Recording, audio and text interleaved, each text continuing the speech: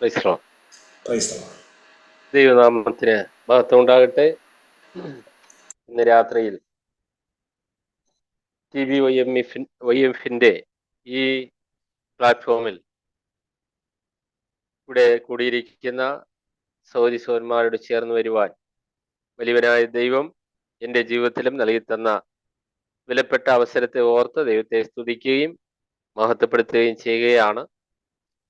ഇത്തരത്തിലൊരു സംരംഭം ആരംഭിക്കുമ്പോൾ അത് എത്രത്തോളം യോഗ്യമാണ്, എന്തുമാത്രം ഈ ഒരു പ്രവർത്തനം അല്ലെങ്കിൽ ഈ ഒരു പ്രോഗ്രാം മുന്നോട്ട് പോകും എന്നതിനെ കുറിച്ചൊക്കെയുള്ള പല ആശങ്കകളും ചിന്തകളും ഉണ്ടായിരുന്നു.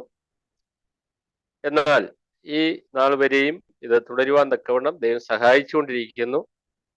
എന്നാൽ ഏറെയും കുറഞ്ഞും ആൾക്കാർ ഇതിൽ പങ്കെടുക്കുന്നുണ്ട് എന്നുള്ളത് ശരിയാണ്. പക്ഷെങ്കിൽ ഒരു യുവതി യുവാക്കന്മാരുടെ നല്ലൊരു പങ്കാളിത്തം ഈ മീറ്റിങ്ങിൽ വരും ദിവസങ്ങളിൽ ഉണ്ടാകുന്നതിന് എന്താണ് പ്രാക്ടിക്കലായിട്ട് ചെയ്യാൻ കഴിയുന്നത് എന്നുള്ളത് നമ്മളൊന്നുകൂടെ ഇനിയും ചിന്തിക്കേണ്ടിയിരിക്കുന്നു.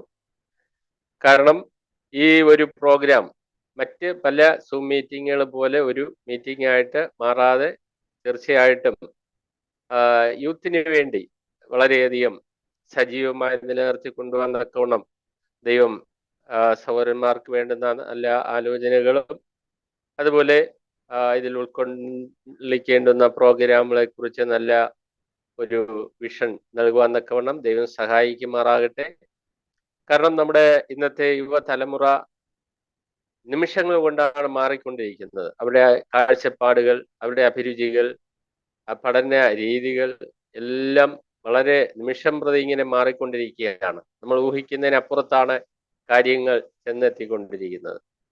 അതുകൊണ്ട് നമ്മുടെ സ്ഥിരമായിട്ടുള്ള ശബ്ദങ്ങൾ അല്ലെങ്കിൽ സ്ഥിരമായിട്ടുള്ള മെത്തേഡ്സുകൾ അത് എത്രമാത്രം നമ്മുടെ യുവതലമുറയ്ക്ക് മറ്റുള്ളവരെ സംബന്ധിച്ച വിഷയമില്ല ഉൾക്കൊള്ളാൻ കഴിയുമെന്നുള്ളത് നമ്മൾ ചിന്തിക്കേണ്ടതായിട്ടുണ്ട്. അതുകൊണ്ട് അവരെ ഏത് വിധത്തിൽ നമുക്ക് ഈ പ്രോഗ്രാമുമായിട്ട് കൂടുതൽ ബന്ധിപ്പിക്കുവാൻ കഴിയും എന്നുള്ളതിനെ കുറിച്ച് വരും ദിവസങ്ങളിൽ ചിന്തിക്കുവാൻ തക്കവണ്ണം ദൈവം ആക്കി തീർക്കട്ടെ. ഇതിൽ നമ്മൾ കൊണ്ടുവരുന്ന എല്ലാ ടോപ്പിക്കുകളും തന്നെ വളരെ കാലിക പ്രസക്തിയുള്ളത് തന്നെയാണ്. തന്നെയുമല്ല വളരെയധികം സുവിശേഷ രണാങ്കണത്തിൽ നിൽക്കുന്നവരെന്ന് മാത്രമല്ല നമ്മുടെ കുഞ്ഞുങ്ങളായിരിക്കുന്ന നമ്മുടെ യുവതിവാക്കന്മാരായിരിക്കുന്ന എല്ലാവരും തന്നെ നേരിടുന്ന വിശ്വാസ സംബന്ധമായി അവർക്ക് വളരെ പ്രയോജനം ചെയ്യുന്ന ഒത്തിരി വിഷയങ്ങളാണ് ഇതിനകത്ത് നമ്മൾ കൊണ്ടുവരുന്നത്. പക്ഷെങ്കിൽ അത് എല്ലാവരും അതിലേക്ക് താല്പര്യത്തോടുകൂടെ കടന്നു വന്ന് അത് കേൾക്കുവാനും പഠിക്കുവാനും വരും ദിവസങ്ങളിൽ ദൈവം ഇടയാക്കി തീർക്കട്ടെ എന്ന് പ്രാർത്ഥിക്കുകയാണ്. എനിക്ക് ഒരു അവസരം നൽകിയതിന് പ്രത്യേക പ്രിയ സഹോദരന്മാരോട് നന്ദി പറയുകയാണ്.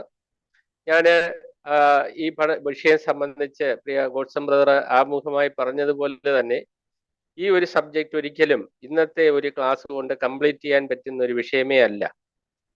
പക്ഷെങ്കിൽ ഒരുപക്ഷെ ദൈവം അനുവദിച്ച ഇനി എനിക്ക് ഒരു അവസരം ലഭിക്കുന്നെങ്കിലോ അല്ലെങ്കിൽ ഇനിയും പല ദൈവദാസന്മാര് ഈ പ്ലാറ്റ്ഫോമിൽ വരുമ്പോൾ അവരോ ഇതിന്റെ കണ്ടിന്യൂഷൻ ചെയ്യും എന്ന് ഞാൻ പ്രതീക്ഷിക്കുകയാണ്.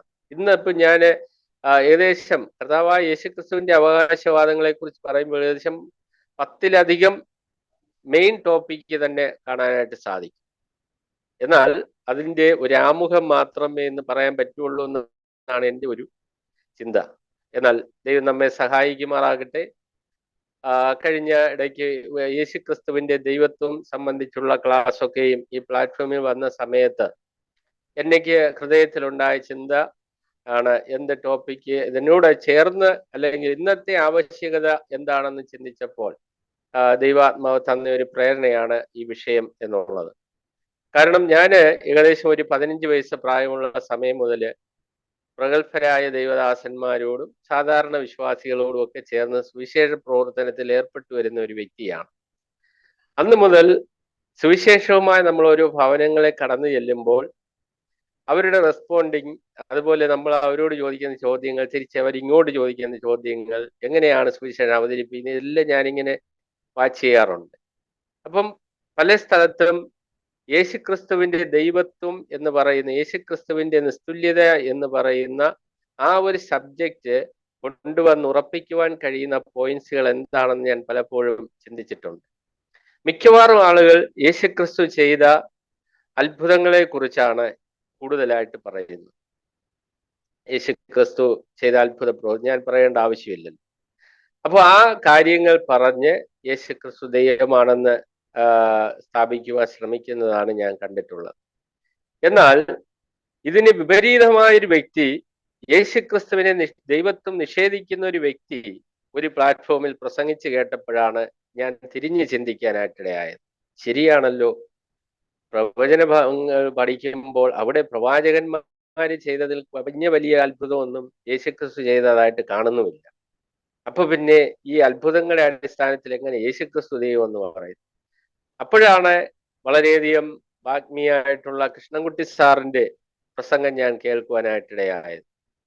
അദ്ദേഹമാണ് ട്രഡീഷണൽ ആയിട്ടുള്ള ഇത്തരം സംവാദങ്ങളിൽ നിന്ന് വ്യത്യസ്തമായി ട്രഡീഷണൽ ആയിട്ട് യേശുക്രിസ്തുവിന്റെ ദൈവത്വത്തെ കുറിച്ച് മറ്റുള്ളവരുടെ മുമ്പിൽ അങ്ങനെ മാറി ഒരു പോയിന്റ് ബൈ പോയിന്റ് ആയിട്ട് യേശുക്രിസ്തുവിനെ ഞാൻ എന്തുകൊണ്ട് ദൈവം എന്ന് അംഗീകരിക്കുന്നു എന്നതിന് അദ്ദേഹം പറഞ്ഞ ഉദാഹരണമാണ് യേശുക്രിസ്തുവിന്റെ അവകാശവാദ പ്രഖ്യാപനങ്ങളാണ് ഞാൻ യേശുക്രിസ്തു ദൈവമെന്ന് അംഗീകരിക്കുവാൻ കാരണമെന്ന് പറയാനിടയായി. വാസ്തവത്തില് അതെന്നെ കൂടുതൽ ചിന്തിപ്പിക്കുകയും അതേക്കുറിച്ച് പഠിക്കുവാനായിട്ട് പ്രേരിപ്പിക്കുകയും ചെയ്ത ഒരു വിഷയമാണ്.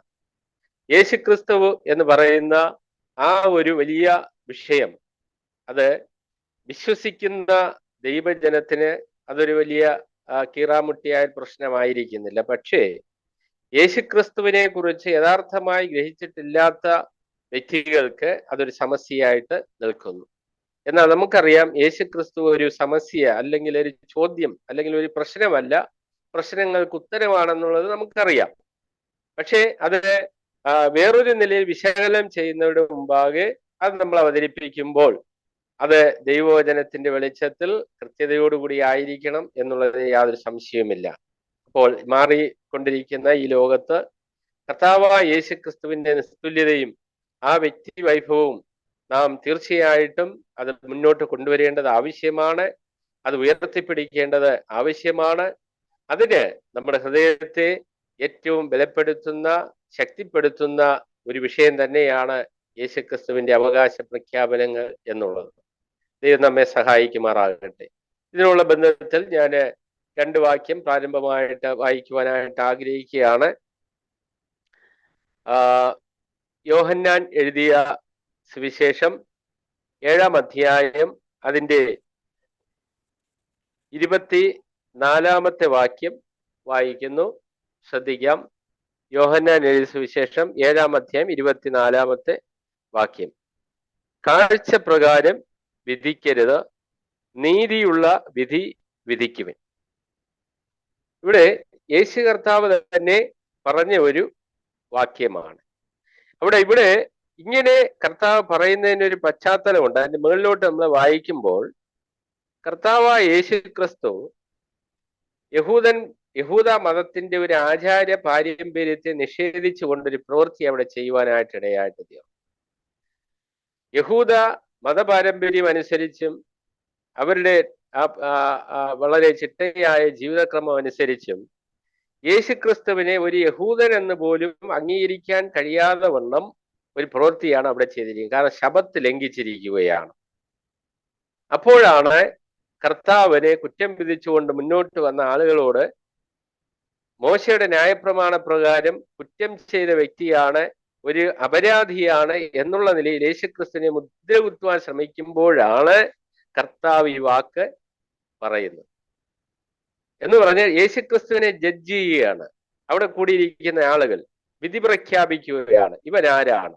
ഇവൻ യഹൂദ മതത്തിൽ ജനിച്ചെന്ന് പറയുന്നു, യോസേഫിന്റെ മകനാന്ന് പറയുന്നു, പക്ഷേ യഹൂദ മര്യാദ അനുസരിക്കുന്നില്ല. അപ്പോൾ ഇവൻ യഹൂദനാണോ, ഇനി വേറെ വലിയ ഉദ്ദേശത്തോട്ടും കൂടെ യഹൂദനാന്ന് പറഞ്ഞ് വന്നതാണോ? ഇങ്ങനെ ഒരു വലിയ കൺഫ്യൂഷൻ അവരുടെ മധ്യേ ഉണ്ടായി. അപ്പോൾ ഈ മതത്തിനെതിരായി നിൽക്കുന്ന വ്യക്തിയാണെന്ന് ഒരുപക്ഷെ ചിന്തിക്കത്തക്കവണ്ണം ഒരു പ്രവൃത്തി താൻ ഇവിടെ ചെയ്തിരിക്കുകയാണ്. അപ്പൊ ഇത് തന്നെയാണ് ഇന്നത്തെ മനുഷ്യന്റെയും പ്രോബ്ലം. യേശുക്രിസ്തു ദൈവം എന്ന് അംഗീകരിക്കുന്ന ആളുകൾക്ക് യേശുക്രിസ്തുവിന്റെ ആ ദൈവത്വത്തെ മാത്രമല്ല പറഞ്ഞു കേൾപ്പിക്കേണ്ടി വരുന്നത്, യേശുക്രിസ്തുവിന്റെ മനുഷ്യത്വത്തെയും അതെ പറഞ്ഞ് വ്യക്തമാക്കേണ്ടതായിട്ട് വരും. അപ്പോൾ യേശു കർത്താവ് ഇവിടെ ഈ പ്രവൃത്തി ചെയ്തതിലൂടെ താന് യഥാർത്ഥത്തിൽ മോശയെ ന്യായപ്രമാണത്തെ നിഷേധിക്കുകയാണോ അതോ അനുസരിക്കുകയാണോ ചെയ്തതെന്നുള്ള കാര്യവും അവിടെ ആ യഹൂദന്മാർ പരിശോധിക്കുന്നുണ്ട്. പിന്നത്തെ നമുക്കത് കാണുവാനായിട്ട് സാധിക്കും. അപ്പൊ ഞാൻ പറഞ്ഞത് കർത്താവിന്റെ ആ പ്രസ്താവനയാണ് നമ്മൾ ചിന്തിക്കേണ്ടത്. നീതിയുള്ള വിധി വിധിക്കും, കാഴ്ച പ്രകാരം വിധിക്കരുത്. നമുക്കറിയാം നമ്മുടെ കോടതികളിലൊക്കെ സാക്ഷിമൊഴികളുടെ വെളിച്ചത്തിലാണ് ഒരാൾ കുറ്റവാളിയാണോ ഇല്ലയോ എന്ന് കൺഫേം ചെയ്യുന്നത്. പിന്നെ തെളിവുകളുടെ അടിസ്ഥാനത്തിൽ ഏറ്റവും പ്രധാനം സാക്ഷികളാണ്. എന്ന് പറഞ്ഞാൽ ദൃക്സാക്ഷികൾ, കണ്ട് മൊഴി കൊടുക്കുന്ന ആളുകൾ. അപ്പൊ കർത്താവ് നേർ വിപരീതമാണ് പറയുന്നത്. എന്താണ്? കാഴ്ച പ്രകാരം വിധിക്കരുത്. പിന്നെ എങ്ങനെയാ വിധിക്കേണ്ടത്? ഇതിനൊരു ഉദാഹരണമായിട്ട് 54 വാക്യം നമുക്ക് 51 വാക്യം, ഇതേ അധ്യായം തന്നെ 51 വാക്യം നോക്കാം. 51 വാക്യം, ഒരു മനുഷ്യന്റെ വാമൊഴി ആദ്യം കേട്ട് അവൻ ചെയ്യുന്നത് ഇന്നതെന്ന് അറിഞ്ഞിട്ടല്ലാതെ നമ്മുടെ ന്യായപ്രമാണം അവനെ വിധിക്കുന്നുവോ എന്ന് പറഞ്ഞു. അപ്പൊ ന്യായപ്രമാണം അനുസരിക്കാത്ത ഒരു കുറ്റവാളി എന്നുള്ള നിലയിലേക്ക് യേശുവിനെ ഉയർത്തിക്കൊണ്ടുവരുവാൻ ശ്രമിക്കുന്ന മതമണ്ഡലത്തോട്, മതമേലാളന്മാരോട്, യഹൂദന്മാരുടെ നേതൃത്വത്തോട് വളരെ ശക്തമായ ഭാഷയിൽ അവരുടെ കൂട്ടത്തിൽ തന്നെയുള്ള ഒരു വ്യക്തിയാണ് ആര്? നമുക്കറിയാം, നിക്കോദേമോസ്. അവരുടെ ആർഗ്യുമെന്റിന് എതിരായിട്ട് പറയുന്ന ഒരു കാര്യം നമ്മൾ ശ്രദ്ധിക്കണം. ഒരു മനുഷ്യന്റെ വാമൊഴി ആദ്യം കേട്ട്. അപ്പൊ യേശുക്രിസ്തുവിന്റെ അവകാശവാദങ്ങൾ ശ്രദ്ധിച്ച് അതിനെ പഠിക്കണം എന്ന് അവിടെ വ്യക്തമാക്കുന്ന ഒരു വാക്കാണത്. ആദ്യം അവന്റെ വാമൊഴി കേൾക്കണം. നമുക്കറിയാം, സന്ദർഭവശാൽ ഞാനങ്ങ് പറയുകയാണ്, അത് ഇന്ന് നമ്മുടെ വിശ്വാസികൾ പോലും ഒരു വ്യക്തിയെ ജഡ്ജ് ചെയ്യുന്നത് ആ വ്യക്തിയോടൊന്നും ചോദിക്കാറില്ല. കേട്ടുകേൾവിയുടെ അടിസ്ഥാനത്തിലാണ് കൂടുതലും ജഡ്ജ്മെന്റ് നടക്കുന്നത്. ഉറ്റ സുഹൃത്തുക്കളാണെങ്കിൽ പോലും ഏതെങ്കിലും ഒരു സഹോദരൻ എന്തെങ്കിലും തെറ്റ് ചെയ്തു കുറ്റക്കാരനായെന്ന് അറിഞ്ഞു കഴിഞ്ഞാൽ ആ വ്യക്തിയോട് തലേ ദിവസം വരെ വിളിച്ചാലും അന്ന് ഫോൺ വിളിക്കത്തില്ല. കാരണം അയൽപക്കത്തുള്ള ആളെയോ അല്ലെങ്കിൽ കൂടെ സഹകരിക്കുന്ന വേറെ സഹോദരനെ വിളിച്ചിട്ട് ചോദ്യം, പുള്ളിക്കാരനെ കുറിച്ച് ഇങ്ങനെയൊക്കെ കേൾക്കുന്നു, ശരിയാണോ? ഇന്നിങ്ങനെയാണ് ഇപ്പോഴത്തെ ചോദ്യവും അന്വേഷണം. എന്നാൽ ഇവിടെ വചനം പറയുന്നത് എന്താണ്? അല്ലെങ്കിൽ നിക്കോദേമോസ് പറയുന്നത് എന്താണ്? ആ വ്യക്തിയോട് ചോദിക്കൂ, അദ്ദേഹത്തിന്റെ വാമൊഴി കേൾക്കും. അതിനുശേഷമാണ് അതിന്റെ ആ സാഹചര്യം അല്ലെങ്കിൽ ആ വാക്കുകളിലുള്ള അബദ്ധം എന്താണെന്ന് ആ വ്യക്തിക്കും ബോധ്യം വരണം, എനിക്കും ബോധ്യം വരണം. എന്നിട്ട് മാത്രമേ ജഡ്ജ് ചെയ്യാൻ ന്യായപ്രമാണം അനുവദിക്കുന്നുള്ളൂ. അതാണ് അവിടെ പറയുന്നത്. അപ്പൊ ന്യായപ്രമാണം അനുവദിക്കുന്നുള്ളൂ. അപ്പോൾ യേശുക്രിസ്തു ശബത്ത് ലംഘിച്ചോ ഇല്ലയോ എന്നുള്ളത് നിങ്ങൾ ഇവിടെ കൂടിയിരിക്കുന്ന നിങ്ങൾ കുറെ മതപുരോഹിതന്മാർ ചേർന്നിട്ടോ നാട്ടുകാർ ചേർന്നിട്ടോ രാഷ്ട്രീയക്കാർ ചേർന്നിട്ടോ അല്ല അത് ജഡ്ജ് ചെയ്യേണ്ടത്. ന്യായപ്രമാണ പ്രകാരമാണ് നമ്മളത് പരിശോധിക്കേണ്ടതെന്നാണ് അവിടെ നിക്കോദേമസ് വാദിച്ചത്. പക്ഷേ നിക്കോദേമസിന്റെ വാദം അവർ പൊളിച്ചു കളഞ്ഞു. എന്താണെന്നറിയാമോ? അവിടെ നിക്കോദേമസിനോട് അവർ മറുപടി പറയുന്നത്, അവർ അവനോട്, നീയും ഗലീലക്കാരനോ? പരിശോധിച്ച് നോക്കുക, ഗലീലയിൽ നിന്ന് പ്രവാചകൻ എഴുന്നേൽക്കുന്നില്ലല്ലോ എന്ന് ഉത്തരം പറഞ്ഞു. ഇതൊരു കളിയാക്കുന്ന പോയിന്റാണ്. ഇന്ന് നമുക്കറിയാം, ആരെങ്കിലും എത്ര വലിയ നന്മ നല്ല കാര്യം ചെയ്താലും, നല്ല ഉപദേഷ്ടാക്കന്മാരായാലും പഠിപ്പിക്കുന്നവരാണെങ്കിലും, അത് ഇന്ന സ്ഥലത്തുള്ള ആളല്ലേ, അത് തിരുവനന്തപുരംകാരനല്ലേ, അല്ലെങ്കിൽ കാസർഗോഡുകാരനല്ലേ, പുള്ളി തമിഴ്നാട്ടിലുള്ള വിശ്വാസിയല്ലേ, അവിടെ രക്ഷിക്കപ്പെട്ടൊന്നും വലിയ രക്ഷയൊന്നും അല്ല. ഇങ്ങനെയുള്ള വിലയിരുത്തൽ ഇന്ന് ഉണ്ടോ ഇല്ലയോ അത് നമ്മൾ ചിന്തിക്കണം. അത്രേ അവരും പറഞ്ഞുള്ളൂ. നമ്മൾ പറയും ഈ മഹാപുരോഹിതന്മാരൊക്കെ കള്ളന്മാരാണ്, കൊലപാതകന്മാരാണ്, മറ്റാണ് മറിച്ചാണ്. പ്രിയപ്പെട്ടവർ, ഇതിൽ നിന്നും വലിയ ഡിഫറൻ്റ് ഒന്നും അല്ല ഇന്നത്തെ ആത്മീയ നേതാക്കന്മാരും എന്ന് ഞാൻ പറഞ്ഞതാണ്. കാരണം നമ്മൾ രക്ഷിക്കപ്പെട്ടെന്ന് പറഞ്ഞാൽ, നമ്മൾ ദൈവമക്കളായെന്ന് പറഞ്ഞാൽ അതെന്ത് വലിയൊരു വലിയൊരു കാര്യമാണ്. ബാക്കിയുള്ളവരൊന്നും ഉപദേഷ്ടാക്കന്മാരായിരിക്കുന്നതോ ബാക്കിയുള്ളവര് ചെയ്യുന്ന കാര്യങ്ങളൊന്നും ഉൾക്കൊള്ളാൻ പറ്റുന്ന ഒരു മനോഭാവമല്ല. ഇവിടെ പറയുന്ന ഗലീലയിൽ നിന്ന് എന്തോ ആരും പ്രവാചകന്മാരായിട്ട് ഇന്ന് വരെ ആരും ഉണ്ടായിട്ടില്ല. പ്രവാചകന്മാരെന്ന് പറഞ്ഞ് യെരുശലേമിൽ അവര് പ്രവാചക കുടുംബത്തിൽ നിന്ന് അങ്ങനെ ഒരുപാട് കാര്യങ്ങളൊക്കെ ഉണ്ട്. ഭൗതിക തലത്തിൽ നിന്നുകൊണ്ട് അവര് ചിന്തിക്കുന്നത്. എന്നിട്ടാ പറയുന്നത് ഗലീലയിൽ നിന്ന് എങ്ങനെയാ അത് വചനപ്രകാരം ഒരു റീസൺ അവർ പറയുന്നില്ല. ന്യായപ്രമാണ പ്രകാരം വിധിക്കണമെന്ന് പറഞ്ഞപ്പോൾ നിക്കോദെമസിനെ കളിയാക്കുന്ന മറുപടിയാണ് അവിടെ ഇരുന്ന മറ്റ് ആ കമ്മിറ്റിയിൽ അല്ലെങ്കിൽ ആ ഒരു സംഘത്തിലുള്ള ആളുകൾ പറയുന്നത്. വാസ്തവത്തില് ഇന്നും നമ്മൾ ശ്രദ്ധിക്കേണ്ടുന്ന ഒരു വിഷയമുണ്ട്. നമ്മൾ യേശുക്രിസ്തുവിനെ കുറിച്ച്, യേശുക്രിസ്തുവിനെ നിസ്തുല്യതയെ കുറിച്ച് യുവതിയുവാക്കന്മാര് അല്ലെങ്കിൽ കോളേജിൽ പഠിക്കുന്നവരോ ആ വിധത്തിൽ ഉള്ള ആളുകളോ ഒക്കെ, അല്ലെങ്കിൽ സെക്കുലറായിട്ട് എന്തെങ്കിലും ജോലി ഫീൽഡിലൊക്കെ ആയിരിക്കുന്നവരൊരു കാര്യം തീർച്ചയായിട്ടും അവർ നേരിടേണ്ടതായിട്ട് വരും. അവരുടെ കൂട്ടത്തിൽ ഇരുന്നും കൊണ്ട് ആരെങ്കിലും യേശുക്രിസ്തുവിനെ കുറിച്ച് മോശമായി പറയുകയോ അല്ലെങ്കിൽ യേശുക്രിസ്തു ദൈവം എന്ന് പറയുന്നതിനെ കുറിച്ച് ക്രിട്ടിസൈസ് ചെയ്യുകയോ ചെയ്യുന്ന സമയത്ത് അവര് തീർച്ചയായിട്ടും അവരുടെ മനസ്സാക്ഷിക്ക് ഉൾക്കൊള്ളാൻ ബുദ്ധിമുട്ടുണ്ട്. ഇപ്പൊ 35 പിള്ളേർ പഠിക്കുന്ന ക്ലാസ്സിൽ 34 പേരും ഇരുന്നും കൊണ്ട് പറയണേ യേശു ദൈവമൊന്നുമല്ല, അതൊരു മനുഷ്യനാണ് എന്ന് പറയുമ്പോൾ തീർച്ചയായും യേശുവിനെ രക്ഷകനും കർത്താവും ദൈവമെന്ന് ഹൃദയത്തിൽ വിശ്വസിച്ച് വായുകൊണ്ട് ഏറ്റു പറഞ്ഞൊരു ദൈവവേദനെ സംബന്ധിച്ച വേദനയുണ്ട്. അപ്പൊ അവൻ അവിടെ ഇരുന്നുകൊണ്ട് ചിലപ്പോ ചെറിയ ശബ്ദത്തിലാണെങ്കിലും പറഞ്ഞു അങ്ങനെയൊന്നുമല്ല, യേശുക്രിസ്തു ശരിയായ ദൈവം തന്നെയാണെന്ന് പറയാൻ ശ്രമിച്ചു കഴിഞ്ഞാൽ ഈ നിക്കോദോമസിന് ഉണ്ടായതുപോലുള്ള അനുഭവം ആ വ്യക്തിക്ക് ഉറപ്പായിട്ടും ഉണ്ടാവും. എടാ 34 പേര് ഞങ്ങൾ ഇവിടെ പറയുന്നു യേശു ദൈവമല്ല, അത് എന്തോ നീ പറഞ്ഞു കഴിഞ്ഞാൽ അതെങ്ങനെ അംഗീകരിക്കാൻ പറ്റും എന്ന് പറയുമ്പോൾ നമ്മുടെ ശബ്ദം അവിടെ താണുപോകും. ഈ ഒരു നിലയിൽ നിക്കോദെമസിന് അവിടെ ഒരു അനുഭവം ഉണ്ടായെന്ന് ഞാൻ വിചാരിക്കുകയാണ്. വാസ്തവത്തിൽ അവിടെ കാഴ്ചപ്രകാരം ജഡ്ജ് ചെയ്യാൻ വന്ന ആ നിക്കോദെമസിന് മറ്റ് പരീശന്മാരോട് നിക്കോദെമസ് പറയുകയാണ്, ന്യായപ്രമാണം നിങ്ങൾ പരിശോധിക്കണം. ന്യായപ്രമാണം എന്ന് പറയുന്നു. 2, ഈ തെറ്റ് ചെയ്തു അല്ലെങ്കിൽ എന്ന് പറയുന്ന ആ വ്യക്തിയുടെ വാമൊഴി നിങ്ങൾ എന്ത് ചെയ്യണം? പരിശോധിക്കണം. അപ്പൊ അതിലെ ഒന്നാമത്തെ കാര്യമാണ് നമ്മൾ നോക്കുന്നത്, ആ വ്യക്തിയുടെ വാമൊഴി. അത് കർത്താവായ യേശുക്രിസ്തു ആരാണെന്ന് വളരെ ശക്തമായി വ്യക്തമായി വെളിപ്പെടുത്തുന്നത് തൻ്റെ വാക്കുകളാണ്. അപ്പൊ അത് പരീശന്മാർക്കാണെങ്കിലും അന്നത്തെ മതപുരോഹിതന്മാർക്കാണെങ്കിലും രാഷ്ട്രീയ മണ്ഡലത്തിലുള്ളവർക്കാണെങ്കിലും ഇന്ന് ജീവിക്കുന്ന വ്യക്തികൾക്കാണെങ്കിലും എല്ലാം പ്രയോജനം ചെയ്യുന്ന വിധത്തിൽ ദൈവവചനത്തിൽ രേഖപ്പെടുത്തിയിട്ടുണ്ട്. അദ്ദേഹത്തിന്റെ വാമൊഴികളാണ് താൻ ആരാണെന്നുള്ളതിന് വ്യക്തമായ സാക്ഷ്യം ഈ ലോകത്തിന് നൽകുന്നത്. അതാണ് നമ്മൾ തുടർന്ന് നോക്കുന്നത്. അതുള്ള ബന്ധത്തിൽ കർത്താവ് തന്നെ പറഞ്ഞു, എന്നെക്കുറിച്ച് ജനത്തിന്റെ അഭിപ്രായം എന്താണ്? കർത്താവ് തന്നെ ആരാഞ്ഞ ഒരു വിഷയമാണ്. തന്റെ വ്യക്തിത്വത്തെക്കുറിച്ച് പൊതുജനം എങ്ങനെ വിലയിരുത്തുന്നു എന്നതിനെ കുറിച്ച് അറിയാൻ കർത്താവ് ആകാംക്ഷയുണ്ടായിരുന്നു. കർത്താവ് ആ ഒരു ചോദ്യം മുന്നോട്ട് കൊണ്ടുവന്നു. എന്നാൽ പൊതുസമൂഹത്തിൽ അന്ന് കർത്താവിനെ കുറിച്ചുണ്ടായിരുന്ന ധാരണ എന്തൊക്കെയായിരുന്നു എന്നുള്ളത് ഒരുപക്ഷെ ഞാൻ അതിനെക്കുറിച്ച് മനസ്സിലാക്കാൻ ശ്രമിച്ചപ്പോൾ ഞാൻ തന്നെ അതിശയിച്ചു പോയൊരു കാര്യമുണ്ട്. നമ്മൾ പലപ്പോഴും യേശുക്രിസ്തുവിനെ പ്രവാചകനായിട്ടും പുരോഹിതനായിട്ടും അല്ലെങ്കിൽ അത്രയും ഉന്നതനായ ഒരു വ്യക്തിയായിട്ടും ഒക്കെ നമ്മൾ പ്രചരിപ്പിക്കുകയും പഠിപ്പിക്കുകയും പ്രസംഗിക്കുകയും ഒക്കെ ചെയ്യുമ്പോൾ യേശുക്രിസ്തു അന്ന് ഭൂമിയിൽ ജീവിച്ചിരുന്ന സമയത്ത് തൻ്റെ സമകാലിക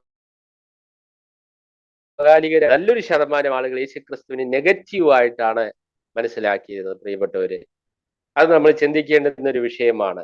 അവർ കാഴ്ചപ്രകാരം വിധിക്കുന്നവരായിരുന്നത് കൊണ്ട് അല്ലെങ്കിൽ തിരുവെഴുത്തുകളെ പരിശോധിക്കാത്തവരായിരുന്നത് കൊണ്ടാണ് അങ്ങനെ ഒരു അബദ്ധം യഹൂദ മതത്തിന്റെ ആളുകൾക്ക് സംഭവിച്ചതെന്നുള്ളൊരു വസ്തുതയാണ്.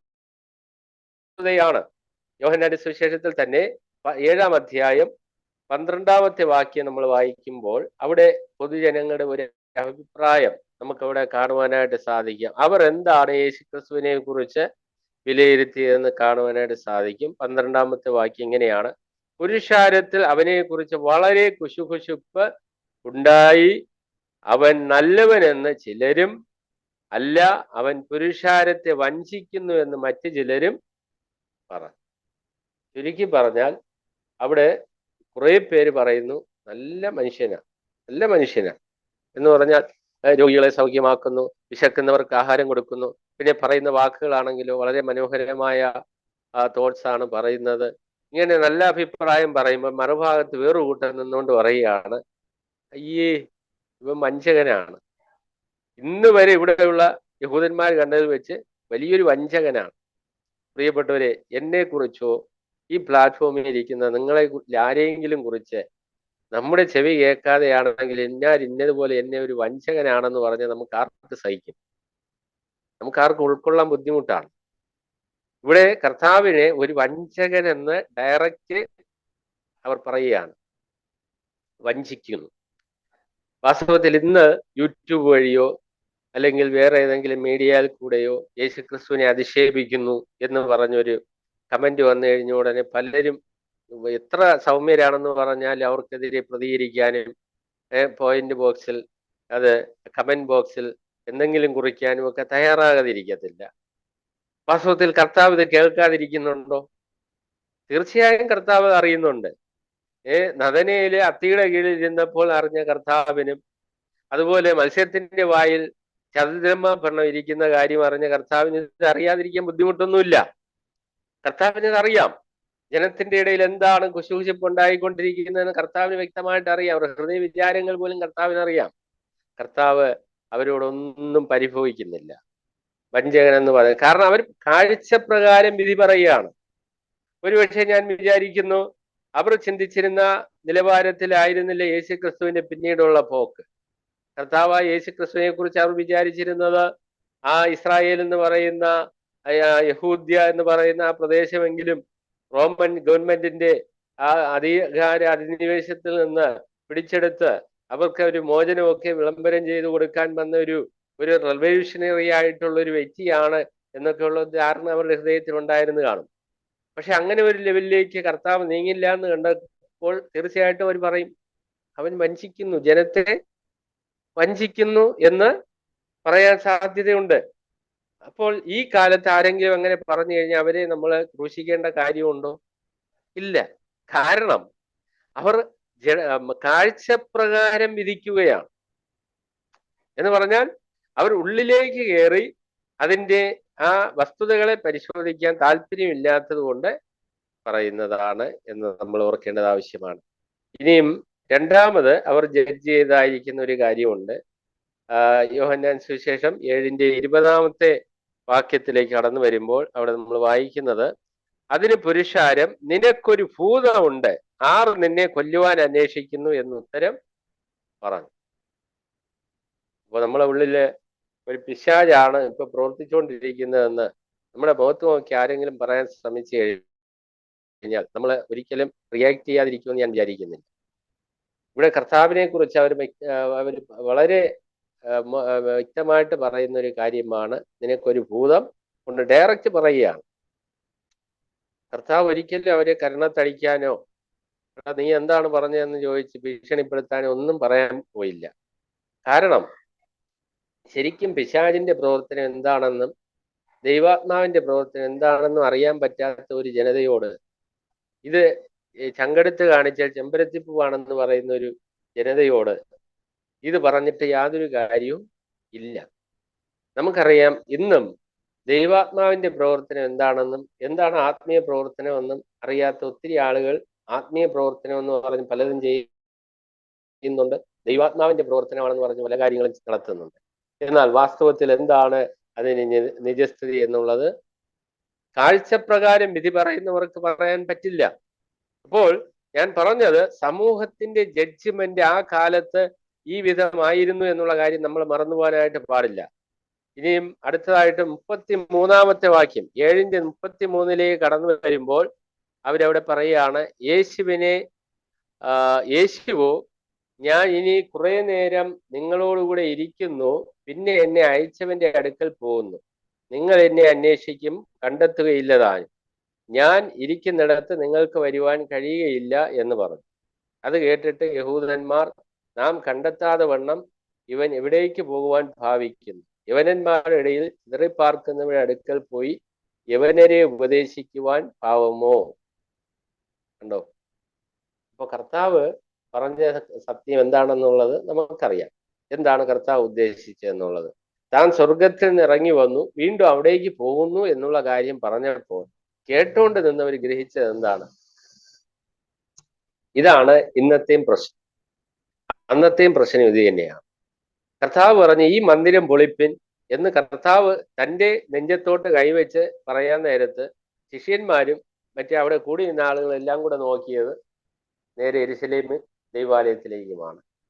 അപ്പോൾ ഈ ഒരു മിസ്അണ്ടർസ്റ്റാൻഡിങ്, ശരിയായ വിധത്തിൽ കാര്യം മനസ്സിലാക്കാൻ പറ്റാതിരുന്നത് കൊണ്ട് ഉണ്ടായ വലിയ പ്രശ്നം, അതായത് കർത്താവ് ആരാണ് എന്ന് അവർ ഗ്രഹിക്കുന്നതിന് വലിയ തടസ്സമായി നിന്നു എന്നുള്ളത് മനസ്സിലാക്കുവാനായിട്ട് സാധിക്കും. അതായത് ആ യഹൂദനായി ജനിച്ച് യഹൂദന്മാരുടെ മധ്യ വളർന്ന വ്യക്തി ഇപ്പോൾ യവനദേശത്തേക്ക് പോയി ഒരുപക്ഷെ യഹൂദ്യ ദേശത്തിന്റെ ചാരന്മാരുടെ കൂട്ടത്തിൽ ചേർന്ന് യഹൂദ്യരെ നശിപ്പിക്കാൻ വേണ്ടി പ്രവർത്തിക്കാൻ പോകുന്നു എന്നുള്ള വിധത്തിൽ അവർ ചിന്തിക്കുവാനായിട്ടിടയായിട്ട് തീർന്നു.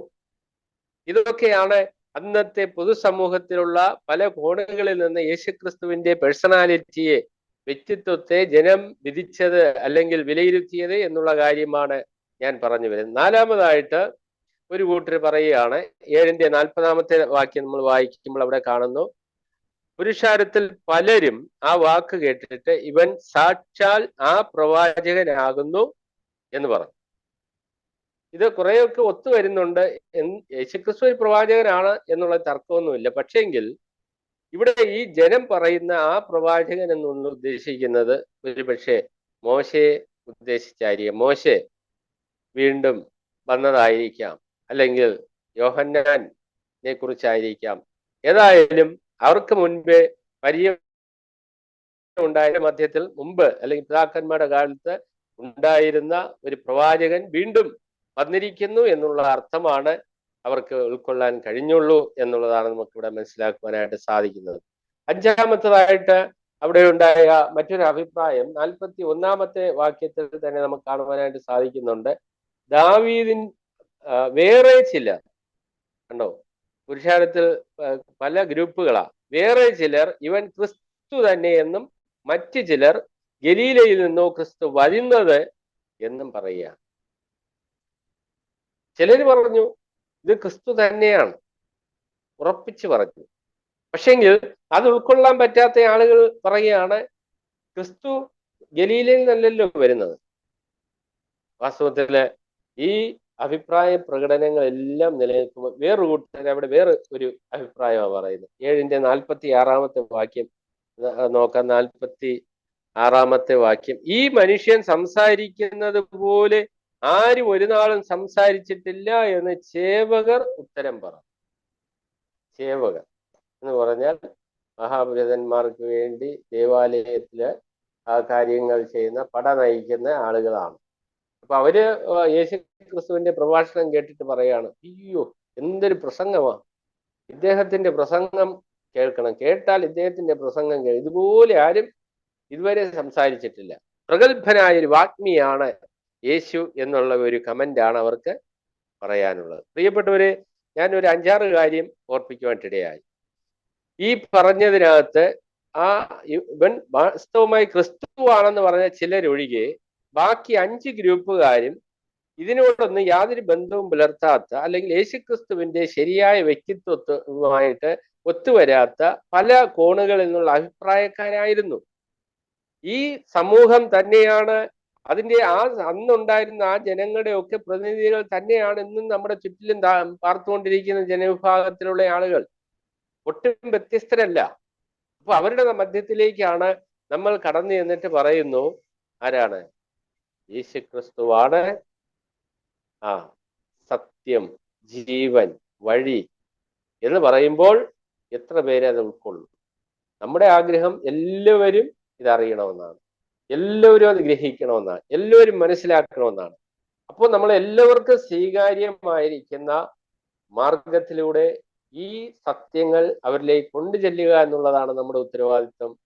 അതിന് ഒരുപക്ഷെ നമ്മൾ ഇനിയും പല മെത്തേഡ്സ് നമ്മൾ കണ്ടെത്തേണ്ടിയിരിക്കുന്നു. നമ്മൾ അതിനെക്കുറിച്ച് നമ്മൾ ബോധേഡാകണം. അതിനായിട്ട് ദൈവം നമ്മെ സഹായിക്കുമാറാകട്ടെ.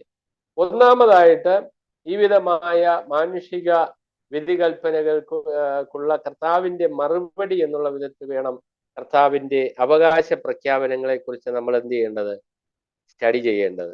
ഈ വിധമായ വ്യത്യസ്തമായ അഭിപ്രായ കോണുകളിൽ നിന്നുള്ള ശബ്ദമുഖരിതമായിരിക്കുന്ന ഒരു അന്തരീക്ഷത്തിൽ നിന്നുകൊണ്ട് കർത്താവ് വിളിച്ചു പറയുകയാണ്, നിങ്ങൾക്ക് പല അഭിപ്രായഗതികൾ ഉണ്ടായിരിക്കാം, നിങ്ങൾക്ക് പല സംശയങ്ങളും ചോദ്യങ്ങളും എന്നെ കുറിച്ചുണ്ടായിരിക്കാം, പക്ഷേ എങ്കിൽ ഞാൻ ആരാണ്? അതിന് പല പ്രഖ്യാപനങ്ങൾ കർത്താവ് നടത്തുവാനായിട്ട് ഇടയായിട്ട് തീർന്നു. ഇനിയും കർത്താവ് പറഞ്ഞതും ശിഷ്യന്മാർ പറഞ്ഞതുമായിരിക്കുന്ന ഒത്തിരി വാക്യങ്ങളുടെ അകമ്പടിയോട് ഒരുപാട് കാര്യങ്ങൾ ഇതോട് ചേർത്ത് നമുക്ക് ഇനിയും ചിന്തിക്കുവാനായിട്ട് സാധിക്കും. യോഹന്നാന്റെ സുവിശേഷം തന്നെ 8-ാം അധ്യായത്തിന്റെ 15-ഉം 16-ഉം വാക്യം വായിക്കുവാനായിട്ട് ആഗ്രഹിക്കും. നിങ്ങൾ ജഡപ്രകാരം വിധിക്കുന്നു, ഞാൻ ആരെയും വിധിക്കുന്നില്ല. ഞാൻ വിധിച്ചാലും ഞാൻ ഏകനല്ല, ഞാനും എന്നെ അയച്ച പിതാവും കൂടെ ആകയാൽ എൻ്റെ വിധി സത്യമാകും. അപ്പോൾ ശരിക്കും മനുഷ്യര് എത്രമാത്രം തന്നെ വിധിച്ചാലും അതിനെ സംബന്ധിച്ച് കർത്താവിന് പ്രത്യേകിച്ച് പരിഭവം ഇല്ല എന്ന് വ്യക്തമായിട്ട് പറയുകയാണ്.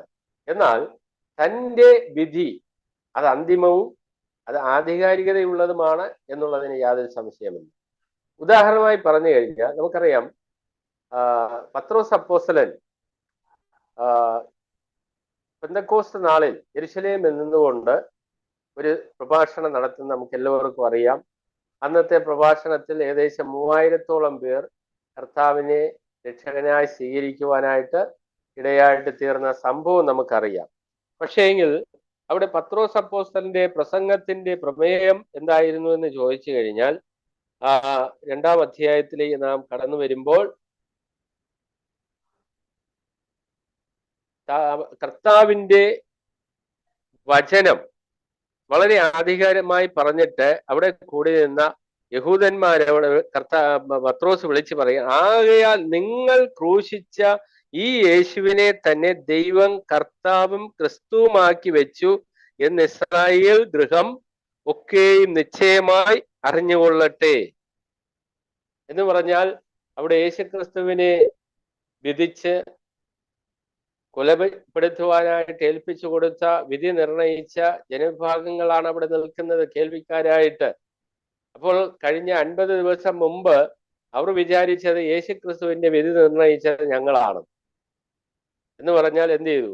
അവരുടെ ന്യായപ്രമാണ പ്രകാരം കുറ്റവാളിയാണെന്ന് മുദ്രകുത്തി പീലാത്തോസിന്റെ മണ്ഡപത്തിൽ കൊണ്ടുചെന്ന്, അരമനയിൽ കൊണ്ടുചെന്ന് അവിടെയും കുറ്റവാളിയുടെ വേഷം ധരിപ്പിച്ചു, കുറ്റവാളി എന്ന് വരുത്തി തീർത്തു. യേശുക്രിസ്തുവിന്റെ വിധി ഞങ്ങൾ നടപ്പിലാക്കി എന്നുള്ള ചാരിതാർത്ഥ്യത്തിലൂടെ നിന്ന പുരുഷാരത്തോട് പത്രോസ് പറയുകയാണ്, ആ ക്രിസ്തുവാണ് നിങ്ങളുടെ വിധി കർത്താവ്. നിങ്ങളുടെ നിത്യതയെക്കുറിച്ച് വിധി പ്രഖ്യാപനം നടത്തുവാൻ പോകുന്നത് നിങ്ങൾ വിധിച്ച മരണത്തിന് കീഴടങ്ങിയെന്ന് നിങ്ങൾ ചിന്തിക്കുന്ന യേശുവാണ് നിങ്ങളുടെ മരണാന്തര ജീവിതത്തിന്റെ വിധി നിർണയിക്കാൻ പോകുന്നത്. അത് ഇടിവാൾ പോലെ അവരുടെ ഹൃദയത്തിൽ തറച്ചു എന്നാണ് അടുത്ത വാക്യത്തിലേക്ക് പോകുമ്പോൾ നമുക്ക് കാണുവാനായിട്ട് സാധിക്കുന്നത്. അവർ ഹൃദയത്തിൽ കുത്തുകൊണ്ടതായിട്ട് നമ്മൾ വായിക്കുന്നു. പ്രിയപ്പെട്ടവരെ, കർത്താവായ യേശുക്രിസ്തുവിനെ ജഡ്ജ് ചെയ്യുവാൻ വരുന്ന സമൂഹത്തോട്, ജനവിഭാഗങ്ങളോട്, ജനത്തോട് നമ്മൾ വിളിച്ചു പറയണം, യേശുക്രിസ്തു ഇന്നലെയും ഇന്നും എന്നേക്കും അനന്യനാണ്, മാറ്റമില്ലാത്തവനാണ്. പക്ഷേ മനുഷ്യൻ മാറിക്കൊണ്ടിരിക്കുന്നവനാണ്, അവന്റെ അഭിപ്രായങ്ങൾ മാറിക്കൊണ്ടിരിക്കുന്നതാണ്, ശാസ്ത്രം മാറുന്നതാണ്. ലോകത്തിന്റെ മുഴുവൻ ഘടനകൾക്കും കാലത്തിന് മാറ്റം വരുത്താതിരിക്കുവാൻ കഴിയത്തില്ല, അത് മാറിക്കൊണ്ടേയിരിക്കും. പക്ഷേ യേശുക്രിസ്തുവിനെ നിങ്ങൾ ഇന്ന് എങ്ങനെയൊക്കെ ജഡ്ജ് ചെയ്ത് മാറ്റി നിർത്തിയാലും നിങ്ങളുടെ അന്തിമമായ വിധി പ്രഖ്യാപിക്കുന്നത് ഈ യേശുവായിരിക്കും. ആ കാര്യത്തിൽ യാതൊരു തർക്കവും ആർക്കും വേണ്ട എന്നുള്ളതാണ് സുവിശേഷത്തിന്റെ ഏറ്റവും വലിയ കാതലായിരിക്കുന്ന വിഷയം എന്ന് പറയുന്നത്. അപ്പോൾ കർത്താവായ യേശുക്രിസ്തു പറയുന്ന ഒരു ഞാൻ പറഞ്ഞല്ലോ 10-ലധികം അവകാശ പ്രഖ്യാപനങ്ങളുണ്ട്. എന്നാൽ ഞാൻ ഇന്ന് ഓർപ്പിക്കുവാനായിട്ട് ആഗ്രഹിക്കുന്ന, ശേഷം സമയത്തിനുള്ളിൽ പറഞ്ഞു തീർക്കണമെന്ന് ആഗ്രഹിക്കുന്ന ഒരു അവകാശ പ്രഖ്യാപനം എന്ന് പറയുന്നത്, കർത്താവ് പറഞ്ഞു, യോഹന്നാന്റെ സുവിശേഷം തന്നെ 6-ന്റെ 35 വാക്യം നമുക്ക് നോക്കാം. യോഹന്നാന്റെ സുവിശേഷം 6:35 വാക്യത്തിലേക്ക് കടന്നു വരുമ്പോൾ കർത്താവ് പറയുന്ന എല്ലാവർക്കും വളരെ പരിചിതമായിട്ടുള്ള ഒരു വാക്യം തന്നെയാണത്. യേശു അവരോട് പറഞ്ഞത്, ഞാൻ ജീവന്റെ അപ്പമാകും, ഞാൻ ജീവൻ പ്രഖ്യാപനമാണ്. നമുക്കറിയാം, അപ്പം എന്ന് പറയുന്നത് കേവലം ഒരു നമ്മുടെ നാട്ടിൽ തന്നെ പല തരത്തിലുള്ള വെള്ളയപ്പമുണ്ട്, വീശപ്പമുണ്ട്, ഒത്തിരി എല്ലാം ആഹാരവുമായിട്ട് ബന്ധപ്പെട്ട് വരുന്നതാണ്. നമുക്കറിയാം,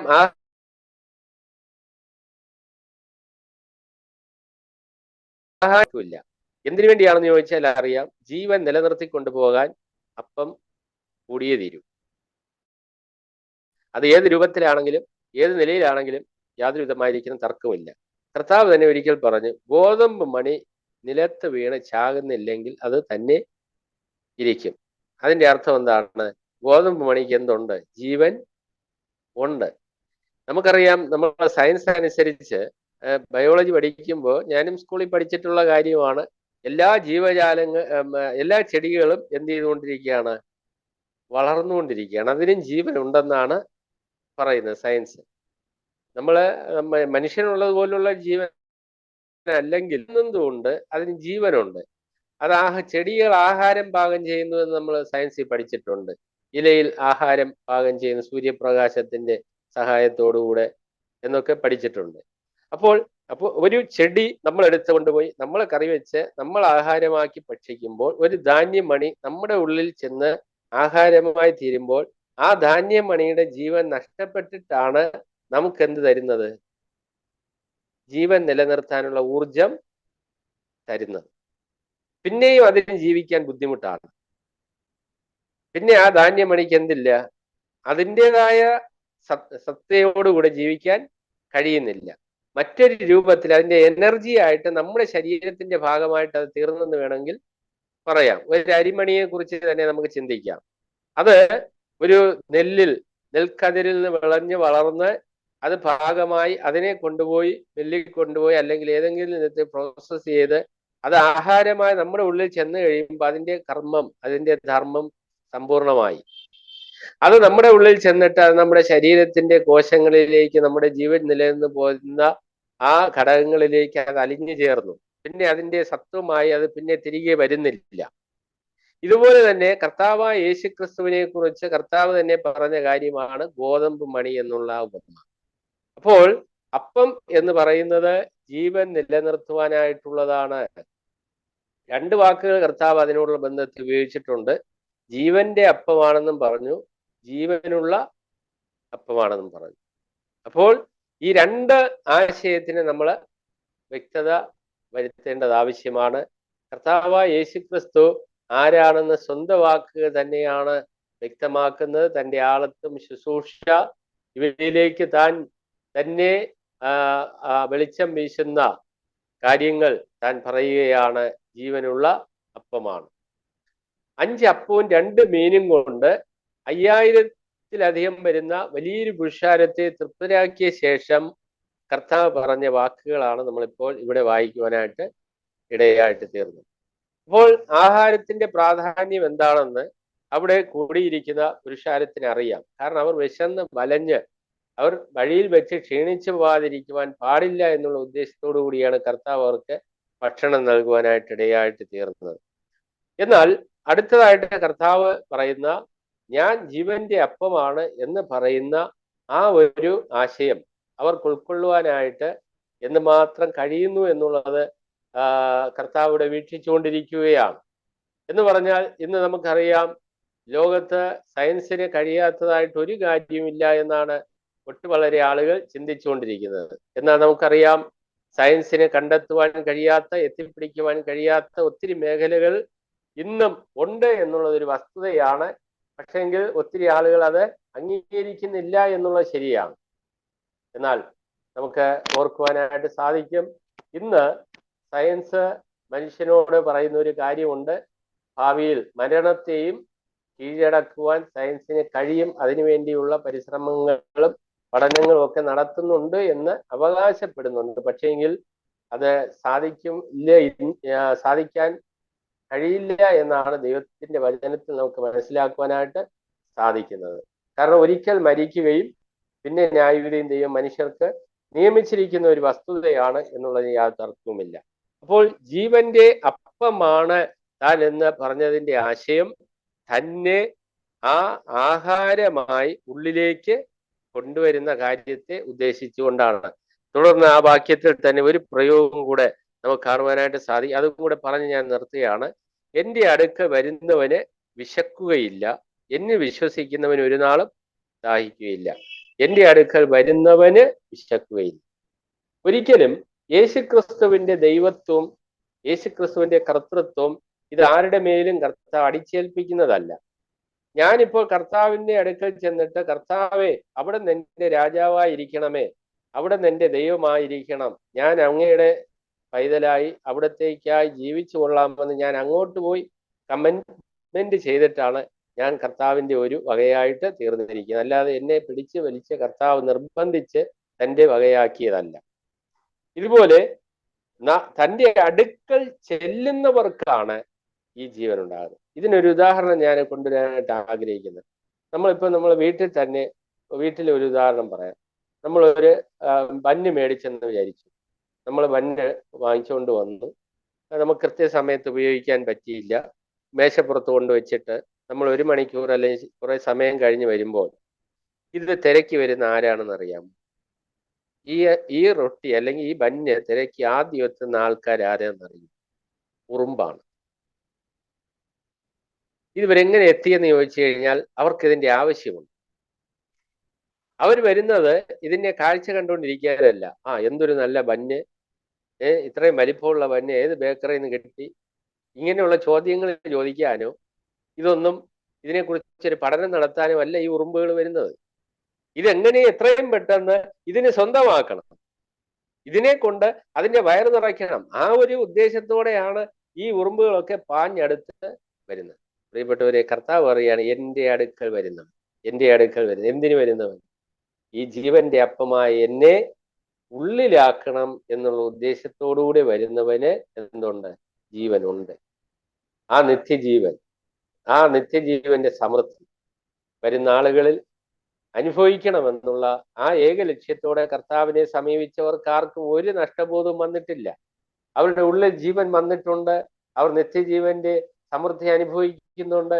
അതിന്റെ ഒരു അംശം എന്നുള്ള നിലയിൽ ഞാനും അത് സന്തോഷിക്കുന്ന വ്യക്തിയാണ്.